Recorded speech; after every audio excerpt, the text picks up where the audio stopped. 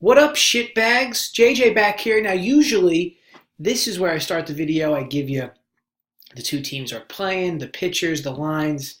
Fuck that right now. Higher things on my priority list as of now. Now, I'm not sure if you caught the video of my dad on the Belmont, but he was talking an awful lot of shit about me. He actually called me yesterday and said, you may want to check out YouTube. I fucked you up, cocksucker. Haha. And hung up. Is this really the way a father should be talking to his child? Little does he know, I showed the video to my wife, who now has a class action lawsuit against him. She doesn't have a stem. She has a fucking mallet. She's going to own all his houses after this settlement's over. Look, to each his own. I don't judge either way. Also, the guy's flashing around what appears to be $8,000 as if he's Warren Buffett.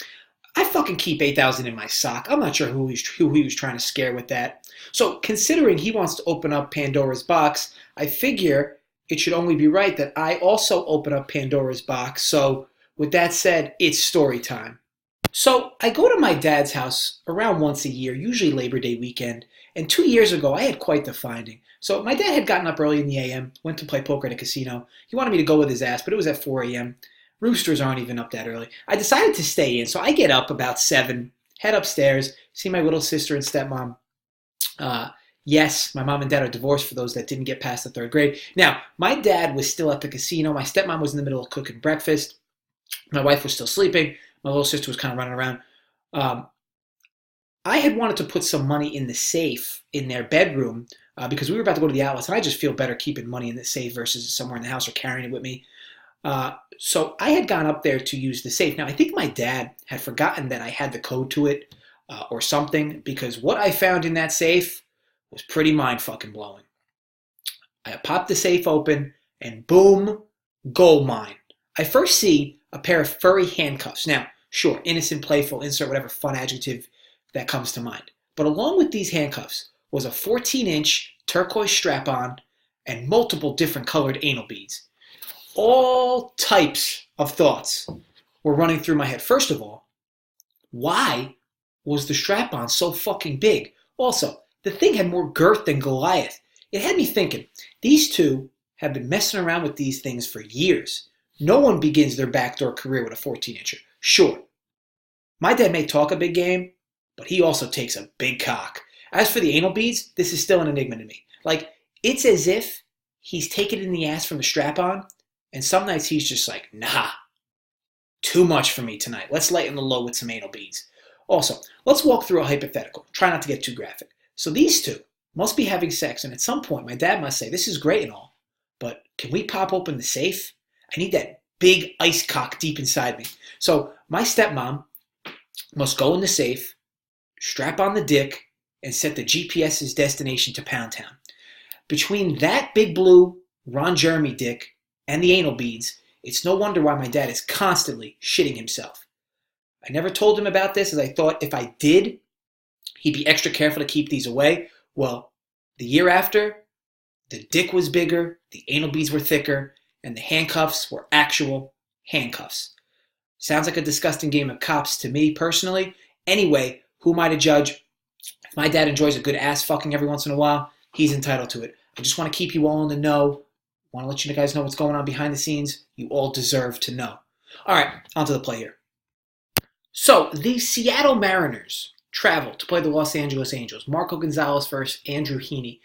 The play here is going to be under 9 runs. Here's the logic. Marco Gonzalez just pitched against this team, and boy, was it a bad one. Marco Gonzalez has been a pitcher we've backed a few times this year. Not really recently. He's been in a bit of a rough patch. But he's coming off the worst start of his career. His velocity is down a bit recently. But his last start, the velocity did come back despite him getting completely shelled. Marco is a very smart pitcher. Throws about 5 different pitches, all different speeds. Can really keep hitters off balance. But again, recently, location's been a problem for him. But I would expect him to find his ways again, because he is a very underrated pitcher. But going through quite a rough stretch, though. Before these rough 3 or 4 bad starts, he had 14 straight games dating back to 2018, giving up no more than 3 earned in a start. Andrew Heaney on the other side is a great lefty, and he's even better at home. He had great 2018 numbers at home. He's still kind of getting acclimated to the season, as he only has had a few starts under his belt. But he's legit, and as I mentioned, he had a very respectable 2018. We got two guys who didn't pitch their best game against these two teams in their last time out. We'll get a second chance of redemption, specifically Gonzalez. Now, I'm not sitting here telling you Gonzalez is going to go out there and throw a Cy Young type of performance. If I was more confident in him, I would favor the value being on the underdog Mariners in this spot. But he's been tough to trust recently.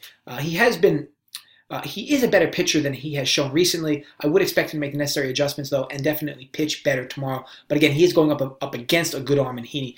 The total just feels like it should be 8 here, but is getting padded due to some recency bias. The Angels have been hitting, but overall have pretty poor numbers versus lefties this year. So I'll choke up Gonzalez's last start as simply an anomaly with all things considered. Heaney is a great arm on the other side that I would expect to throw better than his most recent start against the M's. Overall, both these teams' bullpens are relatively poor, but both have solid setup guys and late back-end arms. If this game remains a 2 to 3 run game late, which would be anticipated, I would expect both teams' best arms to be in late to keep this close. To recap, I really think we have a full run in our favor here with this number at 9. Marco Gonzalez's recent performances and Heaney not being truly in season form yet has this number driven up to 9. But again, I really feel like it should be down at 8, which is more or less where I have it capped at. 8 with a little over on the VIG. But again, we're getting 9 here. Either way, purely a runoff. So under 9 is definitely favorable. As far as where this line goes, this could very well go to 9.5. This could very well go to 8.5.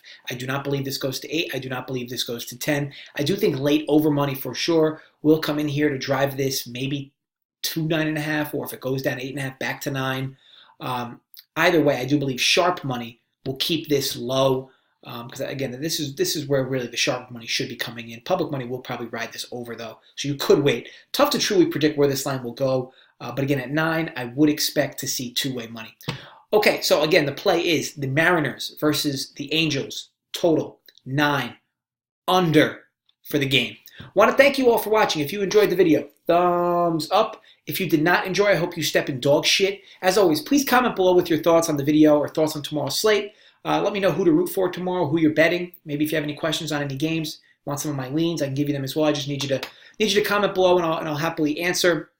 Also, make sure you turn notifications on for these videos so you do know when they first come out, so you can watch them right away. Also, if you have not checked out my dad's video on the Belmont, check that out. He gave you a free baseball play for tomorrow as well. So definitely check out that. He also was, as mentioned, talking a lot of shit about me. So I think you'll enjoy it. Thanks again for the loyalty and support, everybody. And expect the next video to come out by Saturday a.m. the latest. I will catch you then.